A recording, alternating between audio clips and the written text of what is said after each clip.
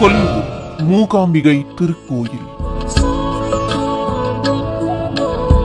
முப்பெரும் தேவியான அன்னை பராசக்தியின் பல்வேறு பராக்கிரமங்களை குறித்து நாம் அறிந்திருக்கின்றோம். எப்போதெல்லாம் அக்கிரமம் தலை தூக்குகின்றதோ அப்போதெல்லாம் அன்னையானவள் திரிசூலம் கைகளில் ஏந்தி கோபக்கணலை கண்களில் தேக்கி அக்கிரமக்காரர்களை வதம் செய்வது வழக்கம்.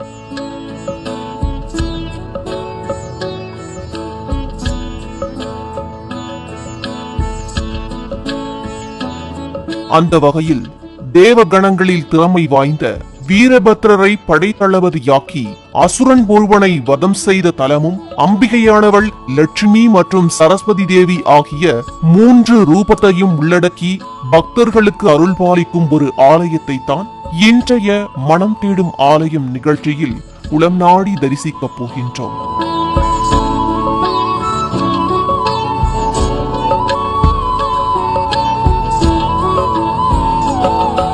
கொல்லூர் மூகாம்பிகை திருக்கோயில். கர்நாடக மாநிலம் உடுப்பி மாவட்டம் கொல்லூரில் பசுமை படர்ந்த மலைகள், அடர்ந்த காடுகளுக்கு மத்தியில் சௌபர்ணிகா ஆற்றின் கரையில் பத்மாசன திருக்கோலத்தில் அமர்ந்து பக்தர்களுக்கு அருள் பாலித்து வருகின்றாள் அன்னை மூகாம்பிகை.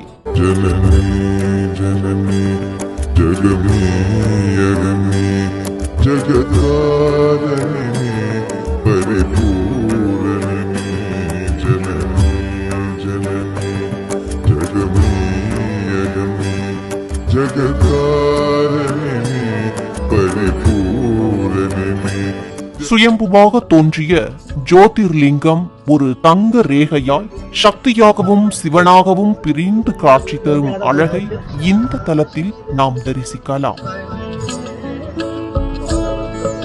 அன்னை மூகாம்பிகை கோயில் கர்நாடகத்தில் இருந்தாலும் கேரள கட்டிடபாணியை ஒத்திருப்பது சிறப்பான ஒன்றாகும். இக்கோயிலின் கருவறை விமானம் முழுவதும் தங்க தட்டினால் வேயப்பட்டதாகும். கொல்லூர் மூகாம்பிகை கோயிலில் எல்லா கோயில்களிலும் இருப்பதை போல முதலில் நாம் காண்பது நெடிதுயர்ந்த கொடி கம்பமாகும். அதன் அருகிலேயே ஒட்டி அமைந்திருப்பது 1000 விளக்குகள் வரை ஏற்றக்கூடிய ஒரே கல்லினால் ஆன அழகிய விளக்கு தூணாகும்.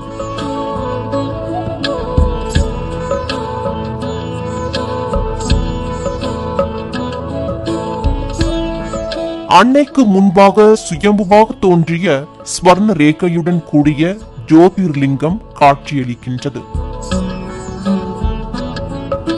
அன்னை மூகாம்பிகையோ பத்மாசனத்தில் அமர்ந்த நிலையில் வேண்டும் வரம் அருளியபடி கருணையுடன் காட்சி தருகின்றாள்.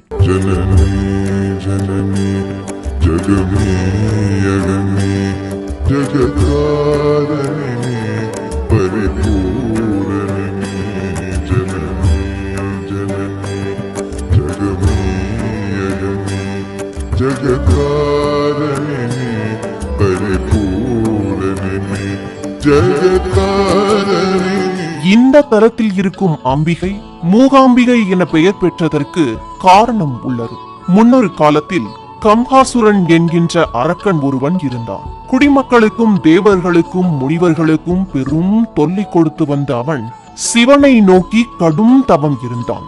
சாகாவரம் வேண்டி அவன் தவம் இருப்பதை அறிந்த பராசக்தி அவன் வரம் பெறுவதற்கு முன்பே அவனை மூகனாக்கி, அதாவது ஊமையாக்கி விட்டாள். இதனால் அவன் மூகாசுரன் என்று அழைக்கப்பட்டான். இந்த அசுரனை வதம் செய்ததால் அம்பிகை மூகாம்பிகை என போற்றப்படுகின்றாள்.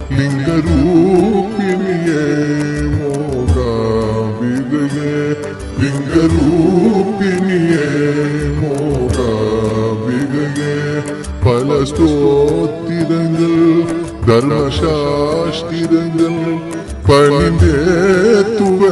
கருவறையில் மூகாம்பிகையை தரிசித்துவிட்டு முன்வாயிலை கடந்து மீண்டும் வெளிப்பிரகாரம் சுற்றி வந்தால் முதலில் சரஸ்வதி மண்டபம். இந்த இடம் பக்தர்களால் சிறப்பு வாய்ந்த ஒரு இடமாக பார்க்கப்படுகின்றது. மூகாம்பிகையை நோக்கி ஆதிசங்கரர் சௌந்தர்ய லகரியை இங்கு அமர்ந்துதான் மனமுருகி எழுதி அரங்கேற்றியதாக கூறப்படுகின்றது.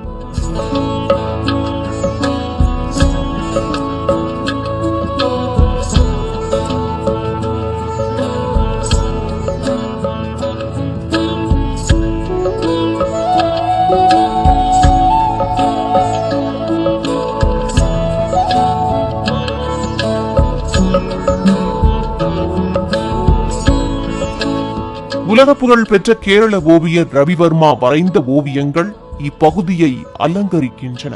இந்த சரஸ்வதி மண்டபத்தில் தற்காலங்களிலும் கூட அம்பாளின் பஞ்சலோக விக்கிரகத்தை வைத்து வழிபாடு செய்யும் சமயங்களில்தான் இசை மற்றும் நடனம் அரங்கேற்றங்கள் நடைபெறுகின்றன.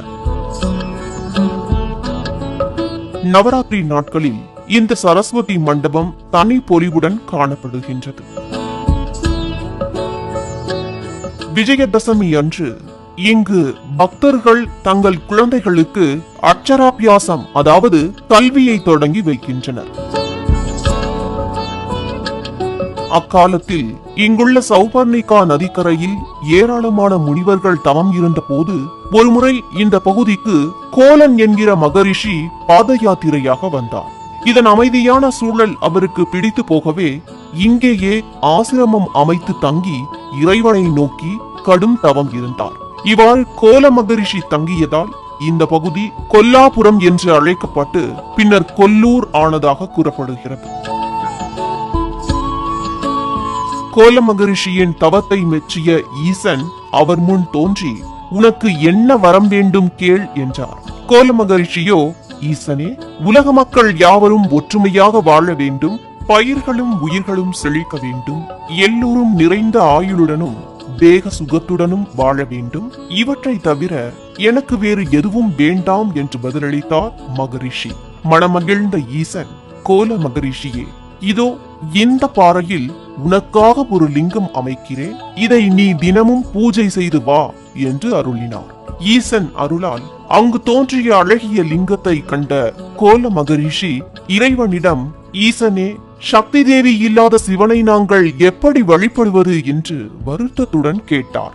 அதற்கு இறைவன், இந்த லிங்கத்தின் மத்தியில் உள்ள ஸ்வர்ணரேகையை பார், இதன் இடப்பாகத்தில் பார்வதி, 64 கலைகளுக்கும் தாயான சரஸ்வதி, செல்வங்களை அள்ளித்தரும் லட்சுமி ஆகிய மூவரும் அரூபமாக இருப்பார்கள். வலதுபுறம் பிரம்மா, விஷ்ணு ஆகியோருடன் நானும் இருப்பேன் என்று கூறி ஈசன் மறைந்து விட்டார். ஈசன் அருளியவாறு ஸ்வர்ணரேகை ஜொலிக்கும் அந்த ஜோதிர்லிங்கத்தை கோல மகரிஷி உட்பட மற்ற முனிவர்களும் பூஜித்து வந்தார்கள்.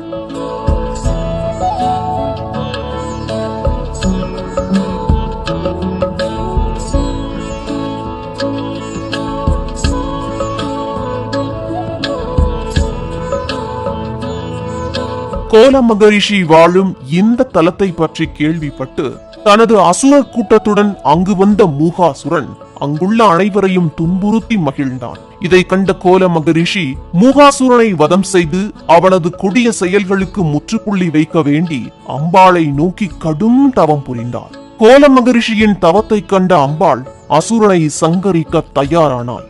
கோபக்கணலை கண்களில் தேக்கிய தேவி கையிலே திரிசூலம் ஏந்தி தேவகணங்களில் திறமை வாய்ந்த வீரபத்ரரை படைத்தளபதியாக்கி மூகாசுரனை வதம் செய்தாள் என்று புராணங்கள் கூறுகின்றன.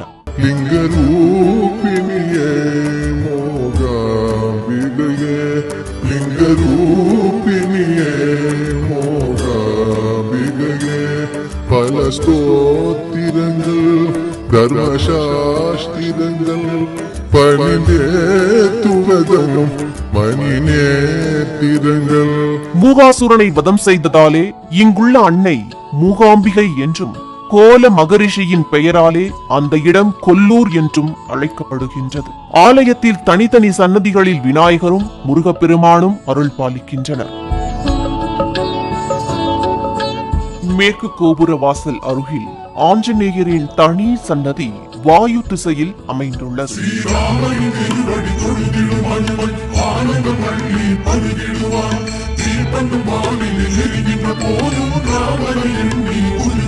அதையடுத்து உள்ளது விஷ்ணு சன்னதி. கேரள பக்தர்கள் இந்த விஷ்ணுவை குருவாயூரப்பன் என்றே வணங்குகின்றனர். அம்பாளின் பரிவார தேவதைக்கு எல்லாம் தளபதியான வீரபத்திரர் சன்னதி அமைந்துள்ளது. இவர்தான் கம்ஹாசுரன் சம்ஹாரத்தில் அம்பாளுக்கு படைத்தளபதியாக நின்றவர். மேலும் ஆக்ரோஷம் மிகுந்த வீரபத்ரரின் உக்கம் குறைக்கத்தான் அவருக்கு எதிரே ஆஞ்சநேயரை பிரதிஷ்டை செய்ததாக கூறுகின்றார்கள்.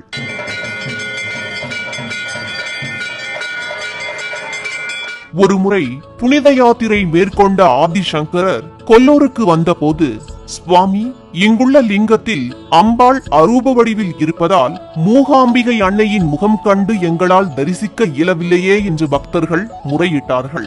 இதை கேட்டு தியானத்தில் ஆழ்ந்த ஆதிசங்கரருக்கு அம்பாள் பிரத்யட்சமாகி காட்சியளித்தார். ஜனனி ஜனனி ஜகமே யகமே ஜகதாரணி பரிபூரணி ஜனனி ஜனனி ஜகமே யகமே ஜகதாரணி பரிபூரணி. பத்மாசனத்தில் வீற்று இரு கரங்களில் சங்கு சக்கரத்தோடும் ஒரு கரம் பாவங்களில் சரணடைய தூண்ட மற்றொரு கரத்தில் வரமருளி வாழ்த்தும் கோலத்தில் அன்னை தோற்றமளித்தாள். தன் முன் தோன்றிய அம்பாளின் உருவத்தை தேர்ந்த ஸ்தபதியிடம் விவரித்து விக்கிரகம் செய்ய பணித்தார் ஆதிசங்கரர். அதன்படி பிரமிப்பூட்டும் படியாய் உருவானதே ஐம்பொன்னால் செய்யப்பட்ட அம்பாளின் தற்போதைய அழகிய உருவம். லிங்கரூபிணியே மோகாம்பிகையே லிங்கரூபிணியே மோகாம்பிகையே பல ஸ்தோத்திரங்கள் தர்மசாஸ்திரங்கள் பணிந்தேத்துவதம் மணிநேத்திரங்கள். ஈசனின் ஸ்வர்ணரேகை லிங்கத்தின் பின்னால் மூகாம்பிகை திருவுருவ சிலை பிரதிஷ்டை செய்யப்பட்டது. அதனடியில் ஆதிசங்கரால் ஸ்ரீசக்கரம் ஒன்று பிரதிஷ்டை செய்யப்பட்டது. ஸ்ரீசக்கரராஜ சிம்ஹாசனேஸ்வரி ஸ்ரீலலிதாம்பிகையே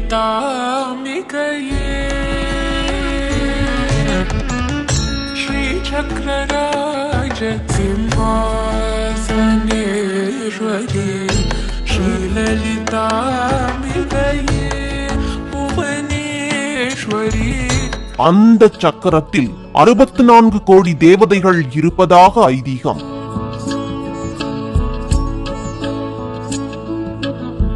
ஆதிசங்கரர் வகுத்து அருளிய மூகாம்பிகை கோயிலின் பூஜை முறைகள் அனைத்தும் இன்று வரை சற்றும் மாறாமல் கடைபிடிக்கப்பட்டு வருகின்றன.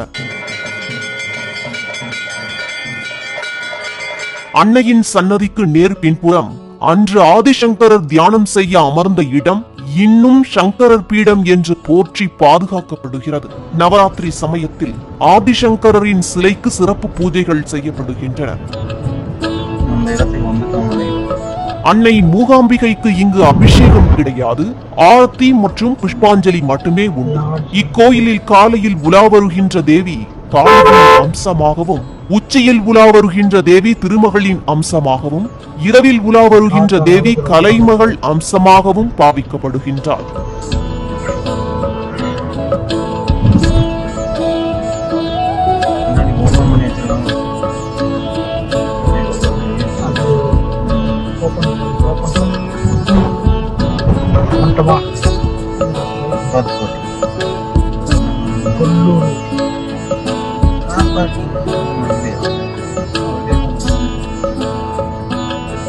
கொல்லூர் மூகாம்பிகை கோயில் சித்திஷேத்திரம் என்பதால் மனதில் பக்தியுடன் செல்லும் பக்தர்களுக்கு வேண்டியதை அம்பாள் நிச்சயம் வழங்குவதாக பக்தர்களால் நம்பப்படுகிறது. மூகாம்பிகை அம்பாள் கலைஞர்களுக்கு அதி தேவதையாக கருதப்படுவதால் கவிஞர்கள், எழுத்தாளர்கள், இசை மற்றும் நாட்டிய கலைஞர்கள், பாடகர்கள், திரைத்துறையினர், நடிகர்கள், சிற்பிகள், ஓவியர்கள் போன்ற பல்வேறு துறையைச் சார்ந்த கலைஞர்கள் தங்கள் கலைத்திறன் சிறப்படைய வேண்டும் என்று கொல்லூர் மூகாம்பிகையை தொழுது செல்கின்றனர். இத்தலத்தை ஒட்டி ஓடும் சௌபர்ணிகா நதியில் 62 வகையான மூலிகைகள் கலந்து வருவதால் இந்த நதியில் நீராடினால் உடலும் உள்ளமும் புத்துணர்ச்சி பெறுவதாக பக்தர்கள் கூறுகின்றனர். இத்தலத்தில் தினமும் பக்தர்கள் எடைக்கு எடை பல்வேறு பொருட்களை துலாபாரம் கொடுக்கின்றார்கள். இங்கு வரும் பக்தர்களுக்கு மதியமும் இரவும் அன்னதானம் வழங்கப்படுகிறது. Dito orang ko. Dito ko mauti yung uti.